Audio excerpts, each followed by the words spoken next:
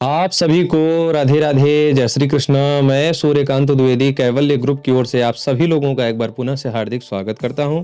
आप सभी लोगों का एक बार पुनः से हार्दिक अभिनंदन करता हूं।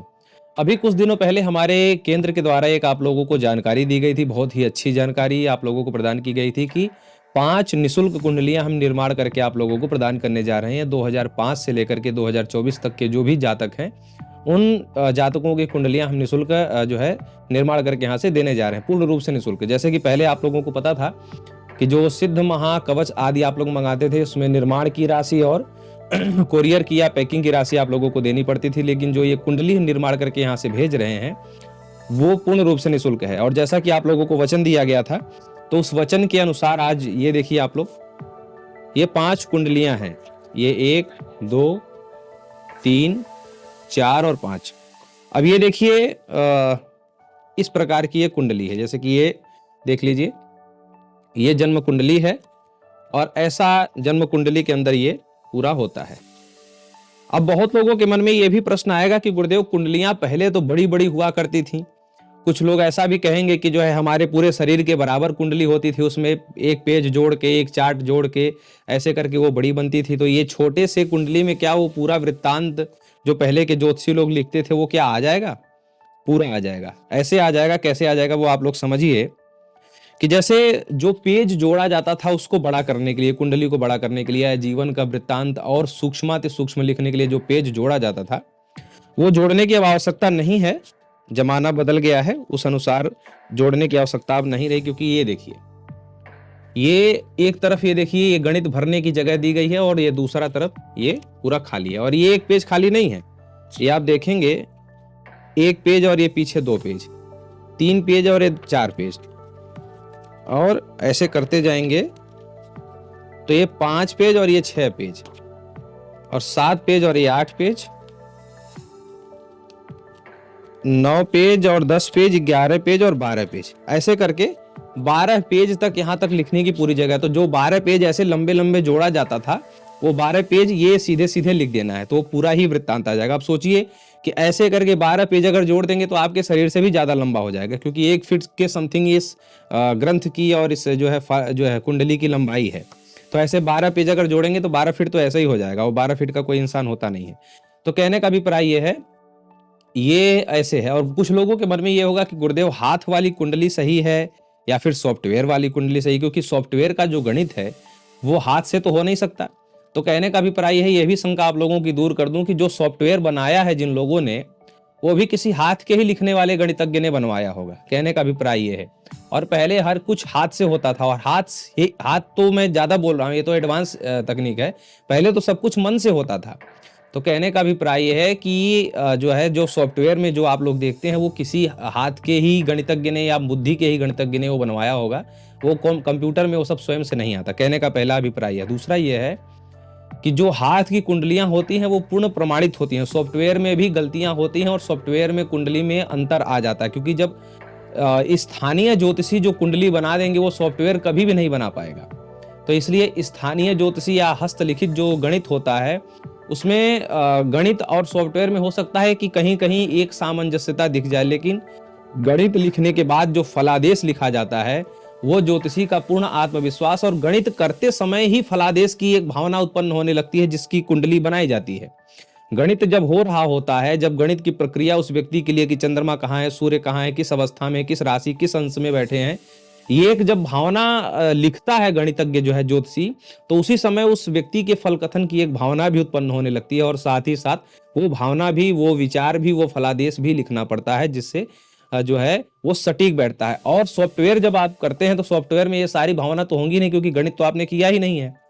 इसलिए हस्तलिखित कुंडली पूर्ण प्रमाणित, पूर्ण शास्त्रीय मानी जाती है। तो वो आपको जो है बना के दिया जा रहा है। अब सॉफ्टवेयर से अगर इसको बनाया जाए, इसको भरा जाए, तो मुश्किल से 1 घंटे का काम है गणित का। फलादेश तो फिर भी नहीं होगा, लेकिन 1 घंटे में ये भर करके आपको भेज दिया जाएगा। लेकिन ये पूरा भरने में एड़ी चोटी का दम लग जाता है। ये देखिए, शुरू से यहाँ से जो आप लोगों से नाम, तो ये जो कॉलम एक दिख रहा है, ये अच्छे से देखिए आप लोग कॉलम, ये तो यहाँ पर नाम भरा जाएगा जिसकी कुंडली है। ठीक है, आप लोगों को अच्छे से अगर दिखा जाए, ये पहला पेज है जहाँ पर गणेश जी और कुछ आशीर्वाद के श्लोक हैं, मंत्र हैं। और उसके बाद आप लोगों से क्यों नाम वगैरह मांगा गया था, ये पूरा डिटेल अच्छे से पढ़िए, आप लोगों को अच्छे से दिखाऊं मैं। तो नाम लिखा जाएगा, नक्षत्र लिखा जाएगा, माता पिता का नाम लिखा जाएगा, आगे चल करके किस राशि, किस नक्षत्र, किस योग, किस करण आदि में पैदा हुआ, किस वंश में पैदा हुआ, सब कुछ यहाँ पर ऐसे पूरा भरा जाता है, लिखा जाता है। ये सब देखिए लिखा हुआ है, नाड़ी वगैरह, पाद वगैरह, चरण वगैरह, ये सब लिखा जाता है।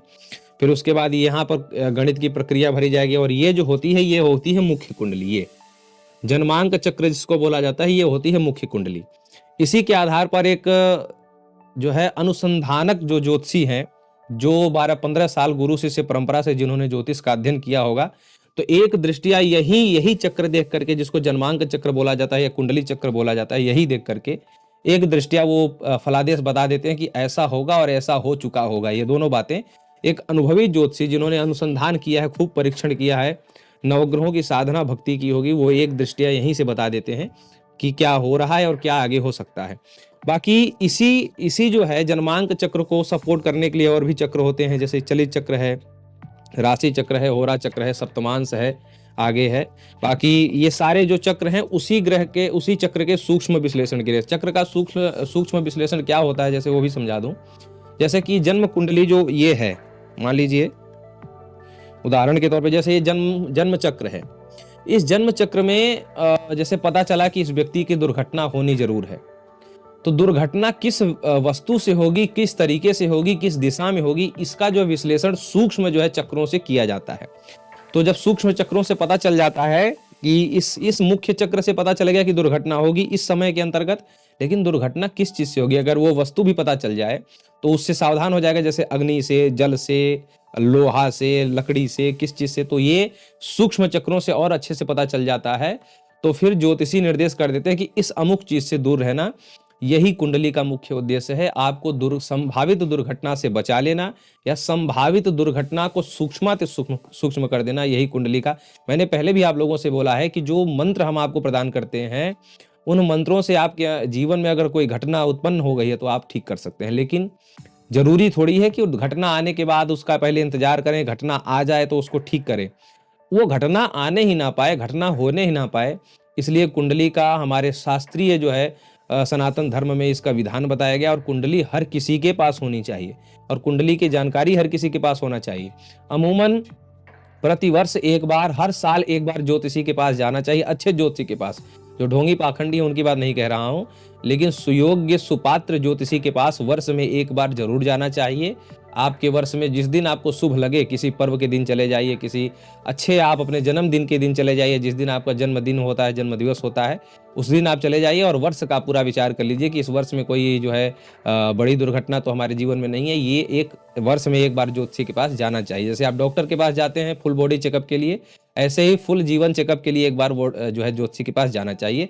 और ज्योतिषी के पास आप जाएंगे कब, जब आपके पास ये होगा।